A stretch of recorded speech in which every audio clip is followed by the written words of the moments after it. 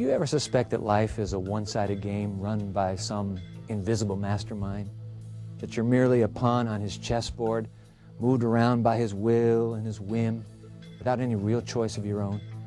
Do we really have free choice? Or are we merely passive little puppets with God pulling all the strings? Today we're going to take a closer look at this matter of our free will and see if we can get off this chessboard. Welcome to The Evidence. I'm Dwight Nelson.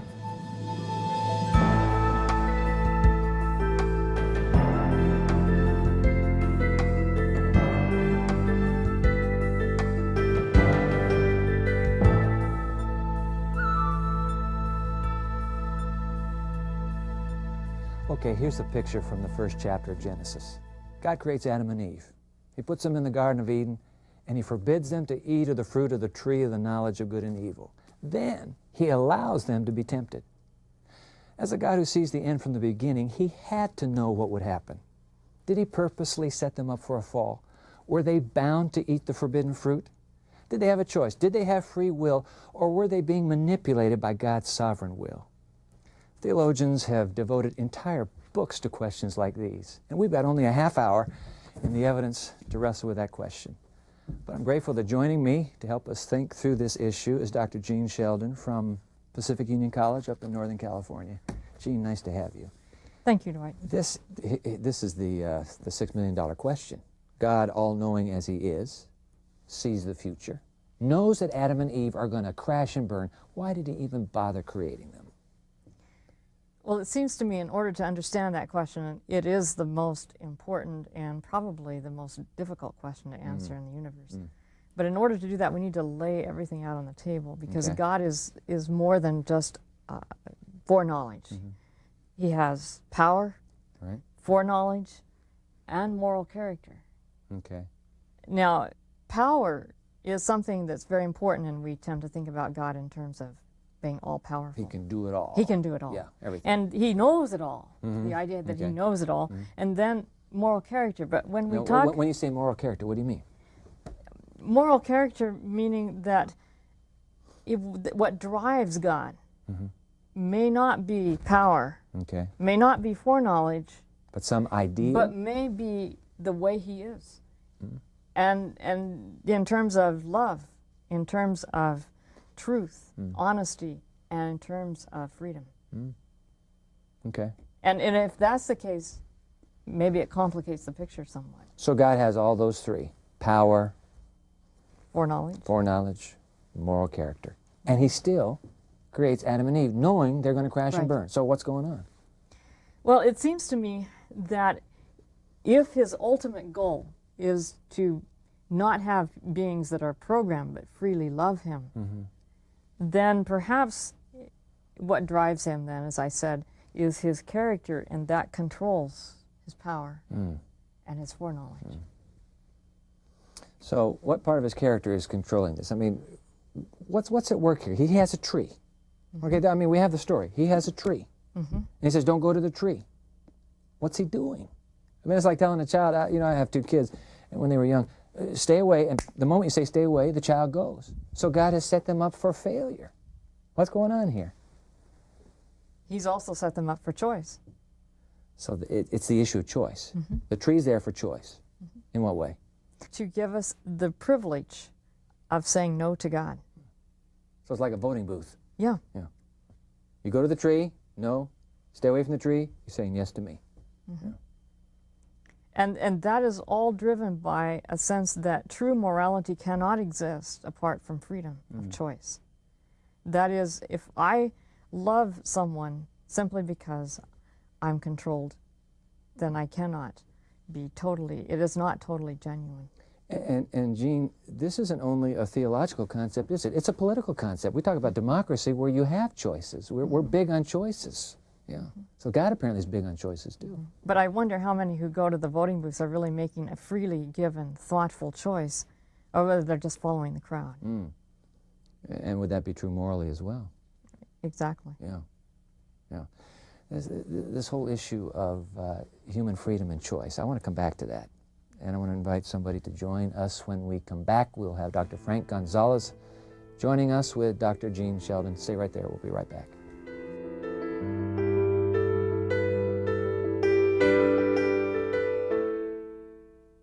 I Learn English, you can also on Hello Channel. Our next guest is Dr. Frank Gonzalez, a theologian whose voice is heard in many parts of North America and throughout much of South and Central America as well. He is the speaker of La Voz de la Esperanza, the voice of hope. That was very well said. Frank, good to have you at our table. Thank you, sir. We've been having a conversation here, Gene, Sheldon, and I, about God's foreknowledge. So he makes this pair in the garden, knowing that they're going to fall. God's faced with an ethical choice. Gene, let's just pick up where we left off. What's that ethical choice for God? It's power versus moral character, in my opinion. In other words, I have the power to do something, but is it the right thing to do? And can I limit my power for the sake of some greater purpose, or must I act a certain way just because I have the power to do it? But then, Frank, knowing the future, foreknowledge, God's foreknowledge, does that make the future have to be because God knows it? Is he causing the future by knowing it? This is a question that many theologians have debated. You're right. God is trying, remember, to do things in His image. And He is trying to produce humans, not robots. He is trying to bring heaven to earth, and He is trying to create real individuals. And we as parents know that, we would prefer to program our kids' activities from the morning to the evening. We would like to tell them everything that they should say and they should do. But and make that bed every single day. And you know what? It would probably work to some extent. But we would have something other than real children. We would develop something that is akin to ourselves, but something that's not real and true. For a person to be true, that person has to make true choices. And so the fact that God knows that you're going to make that choice in advance is not making you make that choice. Absolutely is what you're saying. not. Yeah. No. I think that's very true, and it seems to me that the choices that we make, if in any way they are programmed or manipulated, they're not real, genuine choices. How so? Well, if I'm told to love my mom, for example, say I'm a child and I'm told to love my mom, and I say, I love you, Mom, but that isn't my free, voluntary response. It's simply I've been told to do it. Then I'm not actually morally responding in love.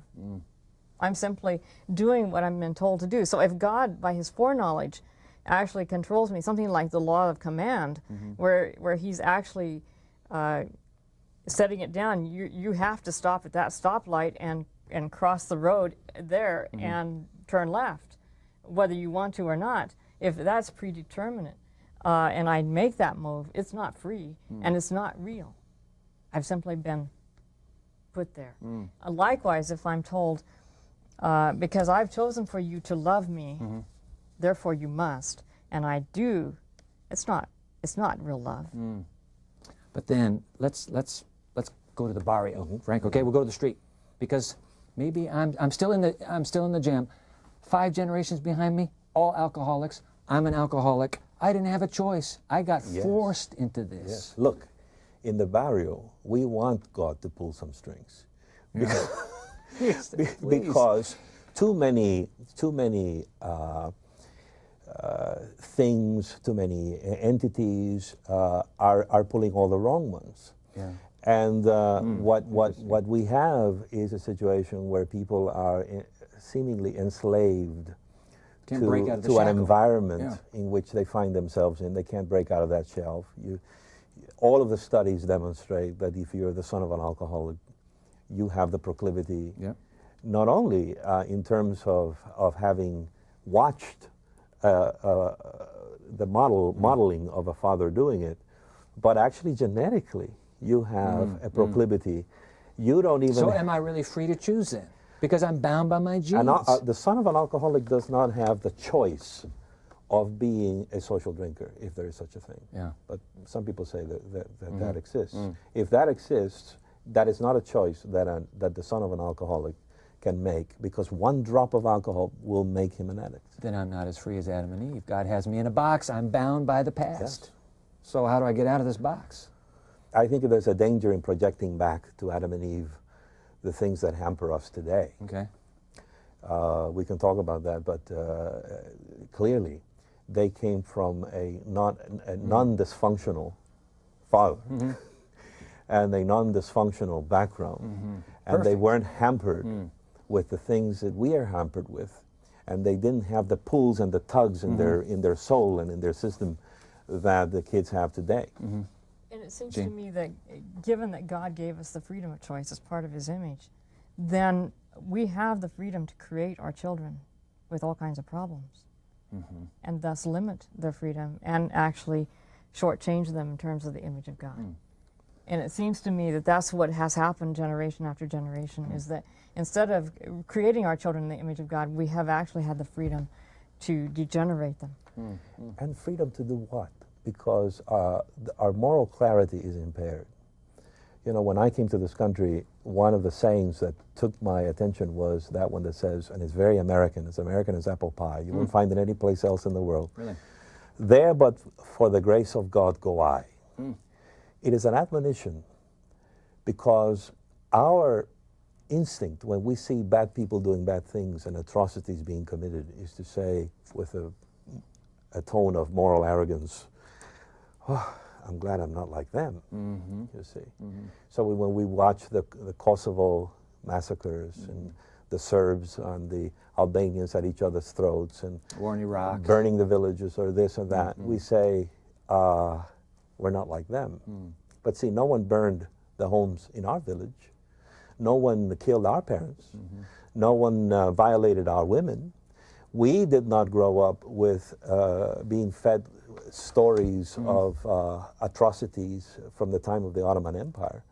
And so when you have been subjected to certain situations, that becomes part of your moral vision. it does, and it's a part of your the baggage that you carry into the future. Absolutely. And I want to come back to the moral implications, Gene and Frank, of that baggage.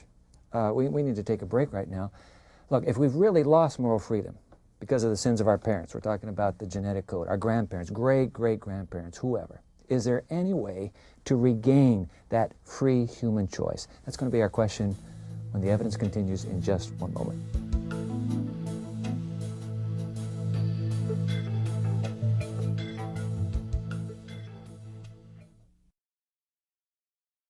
Looking for a brighter future?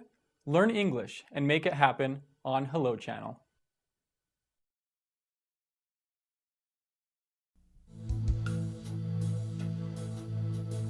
I'm here with Dr. Gene Sheldon and Dr. Frank Gonzalez. We're talking about temptation and free choice. All right. You both agree that we've been programmed with this ability to choose within our human system. God values it, Gene. I think you said He values it. It's an ethical value. He cannot live without it. Let's talk about moral choices, Frank. With all the genetics behind me, you used once, I heard you talk about a room.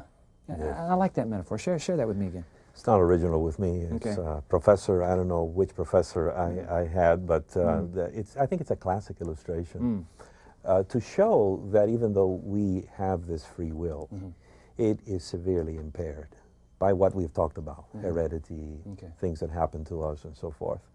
And it is akin to telling a person, go into this room. In this room, it's pitch dark, but you will find that there are these bottles, and all of the bottles have venom but one, which is clearly labeled. We want you to drink, of course, the non-poisonous one. Now the person has a choice, you know, somewhat of a choice. The bottles are there, they're clearly marked, but there's a problem that is impairing that choice, which is the lack of light. There's no light in that room. There's no light in that room. So you have to choose in the dark that one bottle that is life. Now, how does that illustrate our moral dilemma?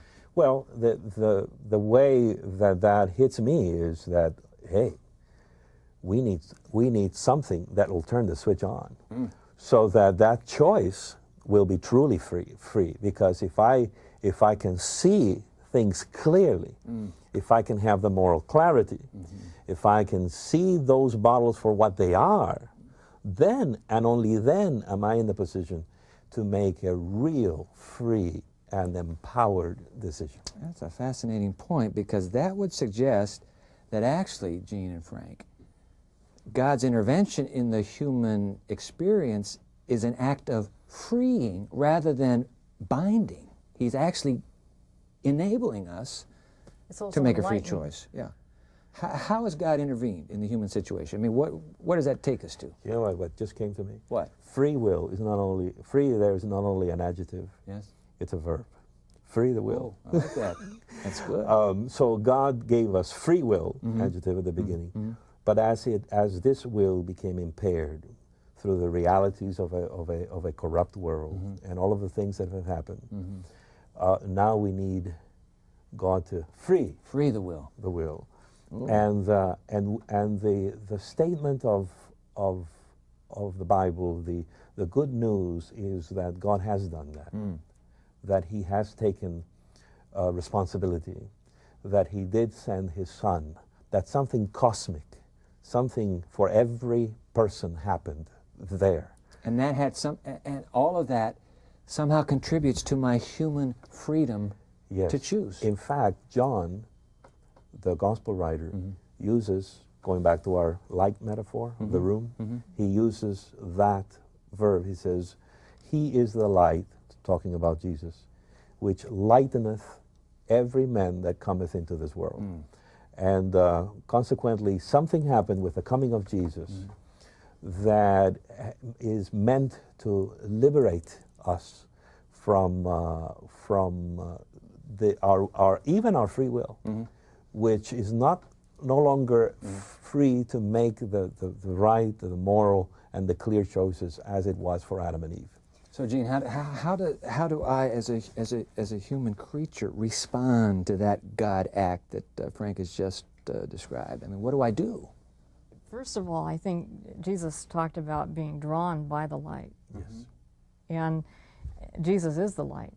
And as a revelation of the character of God, He draws us to the Father, actually, through Himself. So His words, you shall know the truth, and the truth will make you free, means that our focus then has to be on Him as the light of the world. And Is that drawing that God is exerting on me, is that still honoring my free choice? well, certainly light can shine on you, you may reject it. And it seems to me that we need to go back a little bit maybe to the fall and to recognize that what happened in the Garden of Eden wasn't just about an apple or a fruit, but it was about the ingestation actually of certain concepts about God and about personal value that set us up for all the addictive behaviors and all of the blaming and the guilt that we have gone through.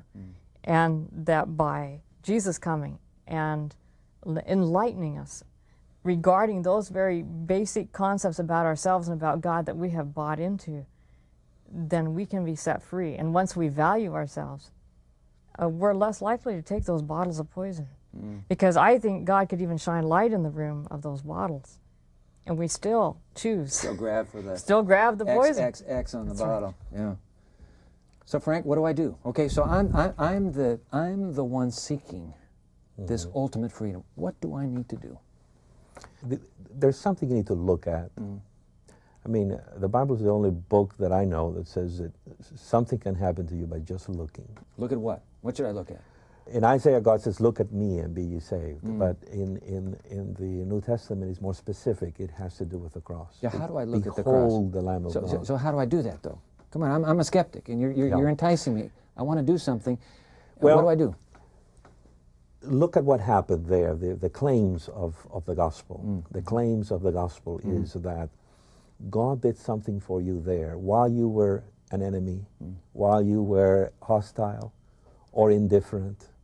God is not waiting for you to do something in order for Him to do something for you. That's the good news of the gospel. He has liberated you. He has lifted you from condemnation to freedom.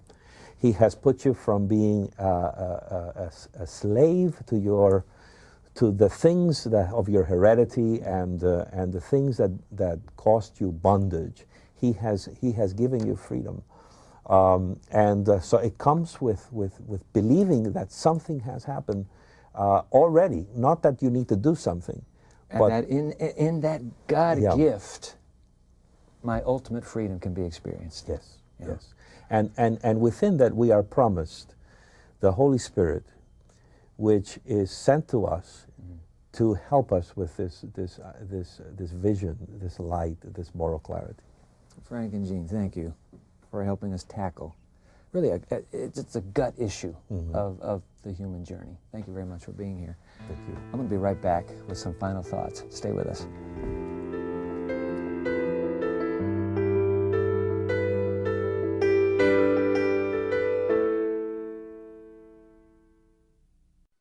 Learning a new language can be difficult and discouraging, but it doesn't have to be. Hello, I'm Karen, introducing Hello Channel, the revolutionary new channel designed especially to teach English. If you can speak English, the future is open for you, since speaking English means greater opportunity and higher paying jobs. By watching Hello Channel, you are immersed in this valuable language. You'll hear the words being spoken. You'll see the speakers' mouths when they say the words. You'll read what's being spoken in large, clear subtitles. And you'll speak out loud, practicing what you have just learned. There is no better or faster way to learn a language than total immersion. Hello Channel does exactly that. There's programming on every level so you can watch the shows that are just perfect for you. Whether you've spoken a little English, a great deal of English, or none at all, the Hello Channel has something for everyone. Join us for a convenient, affordable, and fun way to shape your future. There's so much in store for you if you'll just say hello.